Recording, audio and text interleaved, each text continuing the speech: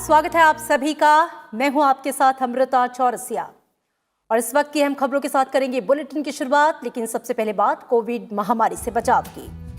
Corona महामारी के खिलाफ पूरा देश एकजुट होकर लड़ रहा है। आप भी हमारे साथ सुरक्षा के एहतियाती उपायों का संकल्प लें। अपना मास्क अच्छी तरह से पहनें, 2 गज की दूरी का पालन करें, सुरक्षित दूरी बनाए रखें, साथ ही हाथों को बार बार धोएं।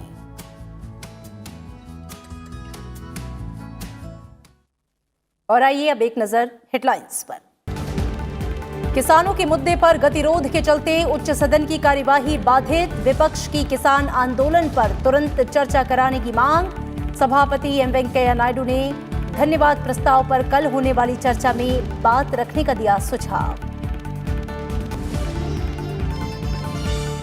नए कृषि कानूनों को लेकर विपक्ष के गतिरोध के चलते लोकसभा की कार्यवाही भी हुई बाधित। कृषि मंत्री नरेंद्र सिंह तोमर ने कहा, सरकार किसानों के मुद्दे पर चर्चा के लिए सदन के अंदर और बाहर हमेशा तैयार। सदन की कार्यवाही बुधवार तक के लिए स्थगित। सीबीएसई की 10वीं और 12वीं की बोर्ड परीक्षा की तारीखों का ऐलान। 4 मई से 11 जून तक होंगी परीक्षाएं। 2 पालियों में होंगे 12वीं के एग्जाम। और कोविड-19 प्रबंधन में मदद के लिए महाराष्ट्र और केरल का दौरा करेगा केंद्रीय दल। स्वास्थ्य और परिवार कल्याण मंत्रालय का फैसला। देश में कोविड के लगभग 70% मामले अकेले महाराष्ट्र और केरल से।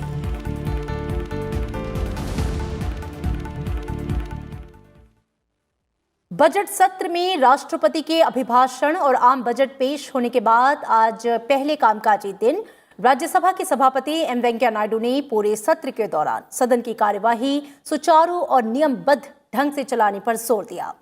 उच्च सदन में सदस्यों से अपील करते हुए सभापति एम वेंकैया नायडू ने कहा कि ऐसी किसी भी स्थिति को टाला जाना चाहिए जिससे सदन और राष्ट्र के हित प्रभावित होते हों। उन्होंने कहा कि सदन की गरिमा को सुनिश्चित करना सभी की जिम्मेदारी है। सभापति ने सदस्यों से अपील करते हुए कहा कि सदन में अनुशासन और गरिमा को बरकरार रखा जाए। इसके साथ ही सभी सदस्य सार्थक ढंग से चर्चा में हिस्सा लें। सभापति ने यह भी कहा कि देश में प्रतिनिधित्व वाले लोकतंत्र के 100 साल पूरे हो चुके हैं। केंद्रीय और विधायी परिषद के पहले प्रत्यक्ष चुनाव 1920 की सर्दियों में हुए थे। उन्होंने कहा कि लोकतंत्र का मतलब लोगों की उनके निर्वाचित प्रतिनिधियों के माध्यम से सार्वजनिक मामलों के प्रबंधन और नीति निर्धारण में भागीदारी होता है।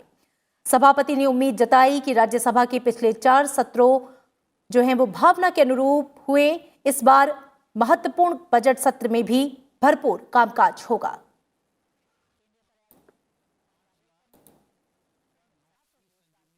कांग्रेस समेत विपक्षी दलों के सदस्यों ने दिल्ली की सीमाओं पर चल रहे किसान आंदोलन के मुद्दे पर राज्यसभा में तुरंत चर्चा की मांग को लेकर गतिरोध पैदा किया, जिसकी वजह से सदन की कार्यवाही बार बार स्थगित हुई और आखिरकार दिन भर के लिए स्थगित करनी पड़ी। सदन में जरूरी पत्रों को रखे जाने के बाद सभापति एम वेंकैया नायडू ने कहा कि 3 कृषि कानूनों के खिलाफ किसान के आंदोलन के मुद्दे पर चर्चा के लिए उन्हें नियम 267 के तहत कई सदस्यों के नोटिस मिले हैं।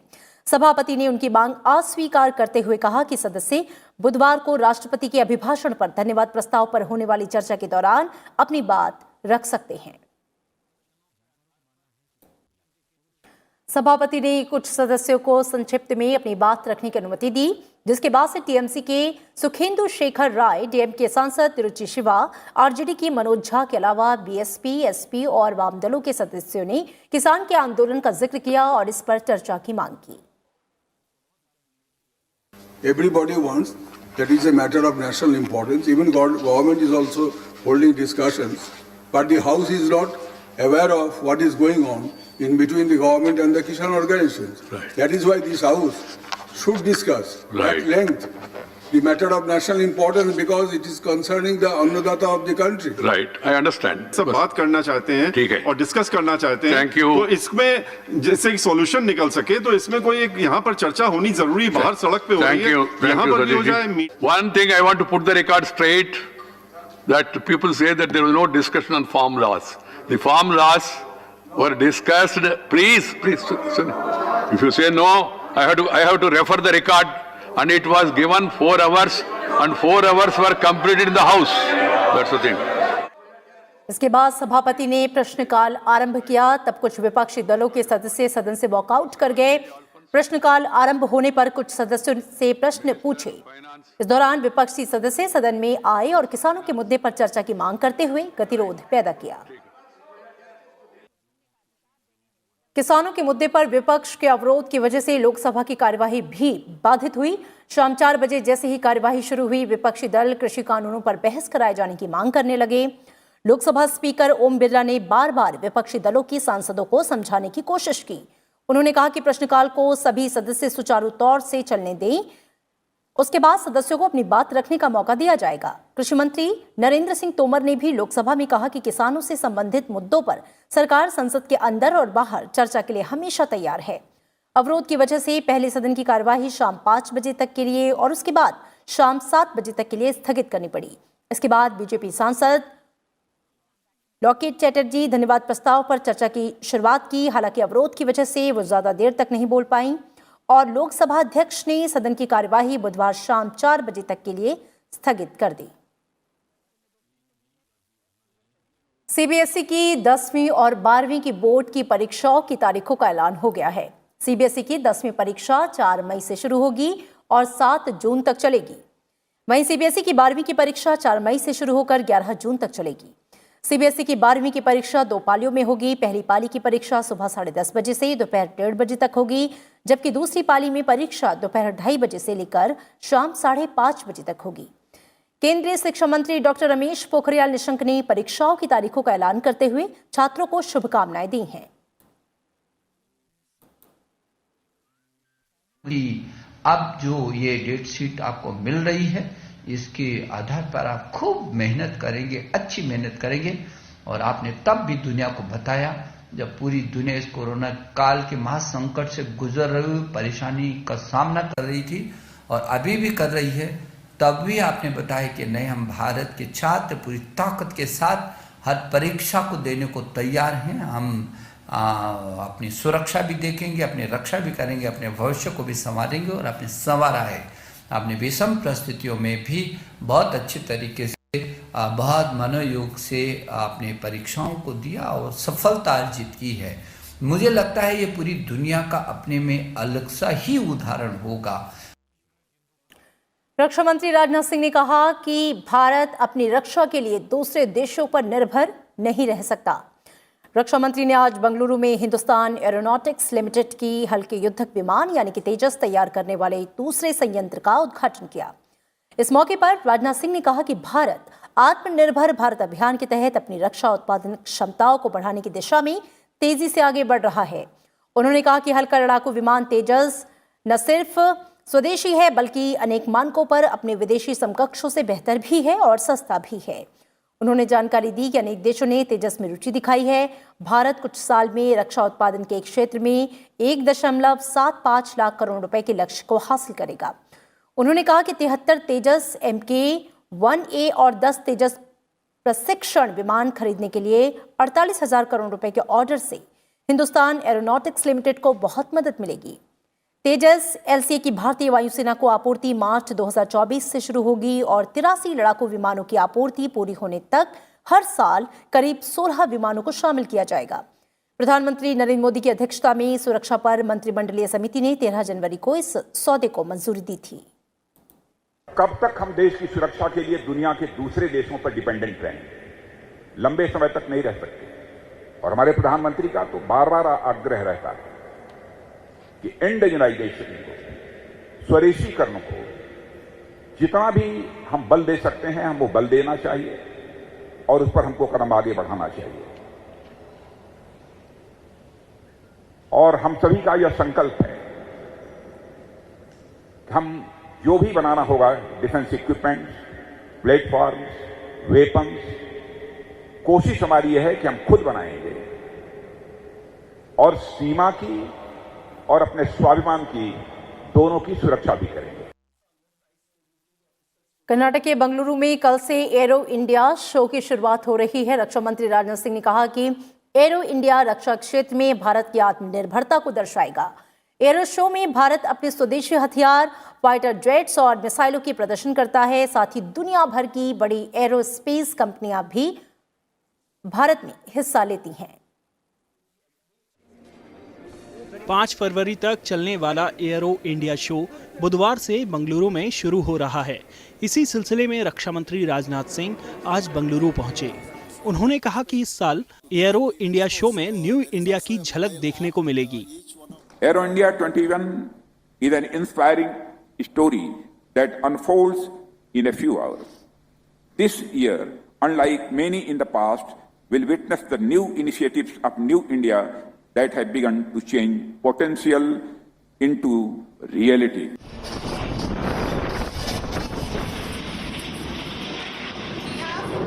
Wing Commander Sneha, along with aero India show 2021 में दुनिया भर की करीब 600 कंपनियां प्रदर्शन करने के लिए हिस्सा लेंगी।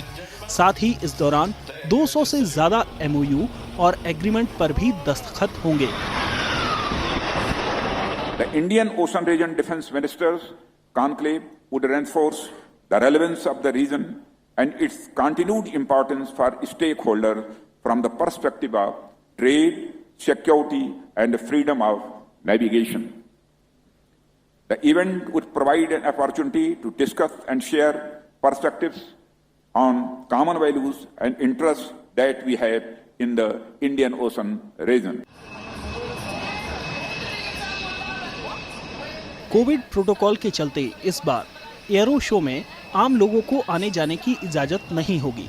हालांकि रक्षा मंत्रालय ने वर्चुअल माध्यम से शो दिखाने के लिए इंतजाम किए हैं। इस बार शो में अमेरिका भारत का अहम साझेदार है। और केरल में आगामी विधानसभा चुनाव के मद्देनजर बीजेपी अध्यक्ष जेपी नड्डा कल से राज्य के 2 दिन के दौरे पर रहेंगे। यात्रा के दौरान बीजेपी अध्यक्ष पार्टी संगठन को मजबूत करने और चुनाव तैयारियों के लिहाज से आयोजित की गई बैठकों और कार्यक्रमों में शिरकत करेंगे। जेपी नड्डा राज्य में नवनिर्वाचित पार्षदों, ब्लॉक और जिला परिषद सदस्यों से मुलाकात करेंगे। केरल में इसी साल विधानसभा चुनाव होने हैं। राज्य में मौजूदा विधानसभा का कार्यकाल 1 जून को पूरा हो रहा है।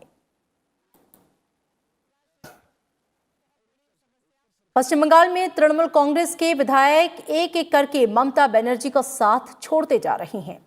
टीएमसी के एक और विधायक दीपक हालदार आज बीजेपी में शामिल हो गए। डायमंड हार्बर से 2 बार विधायक रहे दीपक हालदार ने दक्षिण 24 परगना से एक रैली के दौरान बीजेपी की सदस्यता ली। इस मौके पर बीजेपी नेता मुकुल रॉय, शुभेंदु अधिकारी और राजीव बनर्जी भी मौजूद रहे। दीपक हालदार ने कल ही तृणमूल कांग्रेस से इस्तीफा दिया था। दीपक हालदार ने कहा कि तृणमूल कांग्रेस का नेतृत्व उन्हें जनता के लिए काम करने से रोक रहा था।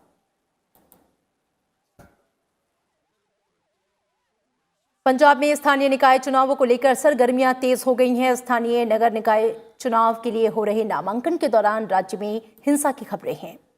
जलालाबाद से नामांकन पत्र दाखिल करने के दौरान सत्तारूढ़ कांग्रेस की कार्यकर्ता और शिरोमणि अकाली दल के कार्यकर्ता आपस में भिड़ गए। शिरोमणि अकाली दल के प्रमुख सुखबीर सिंह बादल की गाड़ी पर पथराव हुआ। इस घटना में 4 लोग घायल हो गए। हिंसक झड़प के दौरान गोलीबारी की भी खबर है।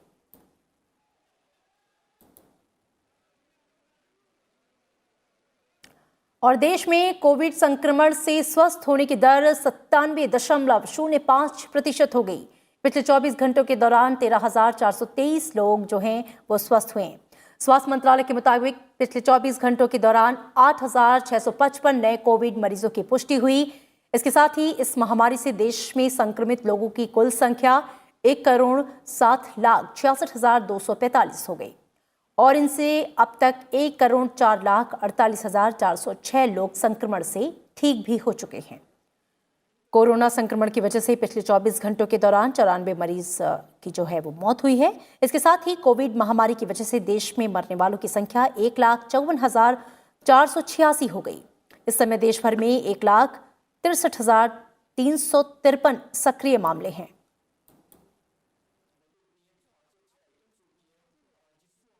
केंद्रीय स्वास्थ्य और परिवार कल्याण मंत्रालय ने कोविड-19 के प्रबंधन के तहत केरल और महाराष्ट्र में अपनी 2 उच्च स्तरीय टीम भेजने का फैसला किया है। दोनों राज्यों में केंद्र की ये टीमें सार्वजनिक स्वास्थ्य सेवाएं सुनिश्चित करने में सहयोग करेंगी। दरअसल सभी राज्यों और केंद्र शासित प्रदेशों में कोविड के मामले लगातार कम होते जा रहे हैं और इससे होने वाली मौत की घटनाओं में गिरावट का रुख है। लेकिन केरल और महाराष्ट्र में इस महामारी का प्रकोप अभी भी बना हुआ है। इन दोनों राज्यों में रोज बड़ी संख्या में नए मामले सामने आ रहे हैं। वर्तमान में देश में कोविड के लगभग 70% मामले अकेले इन 2 राज्यों से हैं। महाराष्ट्र की केंद्रीय टीम में राष्ट्रीय रोग नियंत्रण केंद्र और दिल्ली के डॉक्टर राम मनोहर लोहिया अस्पताल के विशेषज्ञ शामिल हैं, जबकि केरल की टीम में स्वास्थ्य और परिवार कल्याण मंत्रालय के वरिष्ठ अधिकारियों के साथ ही दिल्ली के लेडी हार्डिंग मेडिकल कॉलेज और स्वास्थ्य और परिवार कल्याण मंत्रालय के तिरुवनंतपुरम क्षेत्रीय कार्यालय के विशेषज्ञों को शामिल किया गया है। केंद्र की ये टीमें संबंधित राज्यों के स्वास्थ्य विभागों के साथ मिलकर काम करेंगी और जमीनी हालात का जायजा लेंगी। ये टीमें इन दोनों राज्यों में बड़ी संख्या में दर्ज किए जा रहे कोविड-19 के मामलों पर रोक लगाने के लिए आवश्यक सार्वजनिक स्वास्थ्य हस्तक्षेपों की सिफारिश भी करेंगी।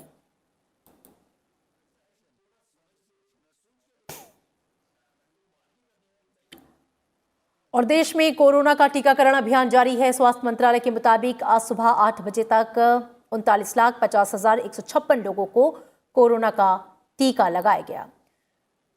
वहीं भारत की तरफ से अन्य कई देशों को भी वैक्सीन भेजी जा रही है। हाल में कुवैत को वैक्सीन की खेप पहुंचाने के बाद भारत में मेड इन इंडिया वैक्सीन की खेप आज दुबई पहुंच गई।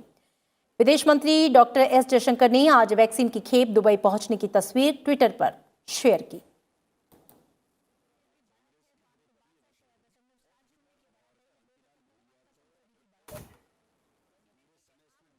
और दिल्ली स्थित इजरायली दूतावास के पास बीते शुक्रवार हुए धमाके की जांच अब राष्ट्रीय जांच एजेंसी यानी कि एनआईए करेगी।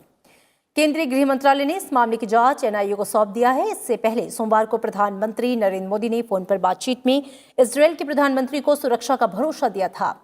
प्रधानमंत्री नरेंद्र मोदी ने कहा कि इस हमले के लिए जो भी दोषी होगा उसका पता लगाने के लिए भारत हर संभव प्रयास करेगा। 29 जनवरी की शाम दिल्ली में doctor APJ Abdul Kalam road पर इजरायली दूतावास के पास धमाका हुआ। इस धमाके में कुछ गाड़ियों को नुकसान पहुंचा था।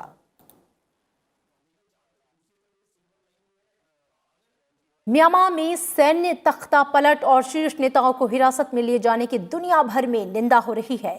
संयुक्त राष्ट्र सुरक्षा परिषद म्यांमार में सैन्य तख्तापलट के बाद पैदा हुए हालात पर आज आपात बैठक में चर्चा करेगी। बैठक में पिछले साल नवंबर में म्यांमार में हुए आम चुनाव में लोगों की ओर से जाहिर की गई इच्छा का सम्मान करने पर विचार के साथ ही उठाए जा सकने वाले कदमों पर चर्चा होगी। इसी बीच संयुक्त राष्ट्र के महासचिव एंटोनियो गुटेरेस ने इस घटना की निंदा करते हुए इसे म्यांमार में लोकतंत्र के लिए गंभीर झटका बताया। भारत ने भी म्यांमार में सैन्य तख्तापलट पर गहरी चिंता जाहिर की है। भारतीय विदेश मंत्रालय के बयान में कहा गया है कि भारत ने म्यांमार में सत्ता के लोकतांत्रिक तरीके से हस्तांतरण का हमेशा समर्थन किया है। विदेश मंत्रालय ने कहा कि भारत म्यांमार में हालात पर गंभीरता से नजर रख रहा है। विदेश मंत्रालय ने कहा कि कानून के शासन और लोकतांत्रिक प्रक्रिया का पालन होना चाहिए। म्यांमार में सेना ने सोमवार को तख्तापलट किया और देश की शीर्ष नेता आंग सान सूची को हिरासत में ले लिया। अमेरिका ने म्यांमार में सेना की सत्ता पर कब्जा करने और आंग सान सूची समेत कई नेताओं को हिरासत में लिए जाने के बाद म्यांमार के खिलाफ प्रतिबंधों को फिर से लागू करने की चेतावनी दी है। अमेरिका ने चेतावनी देते हुए कहा कि सेना म्यांमार में नेताओं को कैद से रिहा करे। अगर ऐसा नहीं हुआ तो कार्रवाई के लिए तैयार रहे।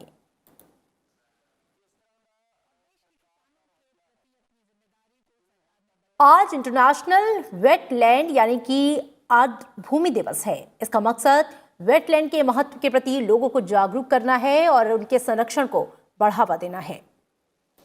पर्यावरण, वन और जलवायु परिवर्तन मंत्री प्रकाश जावड़ेकर ने इस मौके पर कहा कि भारत विश्व के कुछ उन देशों में शामिल है जहां पे वेटलैंड के संरक्षण और लेखा जोखा करने के लिए रिमोट सेंसिंग तकनीक का इस्तेमाल किया जाता है। उन्होंने ये भी कहा कि भारत में रामसर साइट के नाम से अंतर्राष्ट्रीय महत्व की 42 आर्द्र भूमि चिन्हित की गई है। लोगों को धरती पर आर्द्र भूमि की जीवंत भूमिका के बारे में जागरूक करने के लिए हर साल 2 फरवरी को यह दिन मनाया जाता है। 2 फरवरी 1971 को कैस्पियन सागर के तट पर ईरानी शहर रामसर में आर्द्र भूमि पर संकल्प लेने के लिए हुए सम्मेलन के लिए भी यह दिन मनाया जाता है।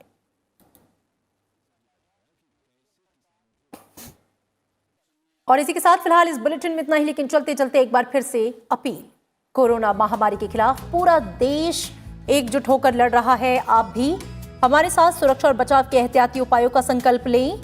अपना मास्क अच्छी तरह से पहनें, 2 गज की दूरी का पालन करें, सुरक्षित दूरी बनाए रखें, साथ ही हाथों को बार बार धोएं।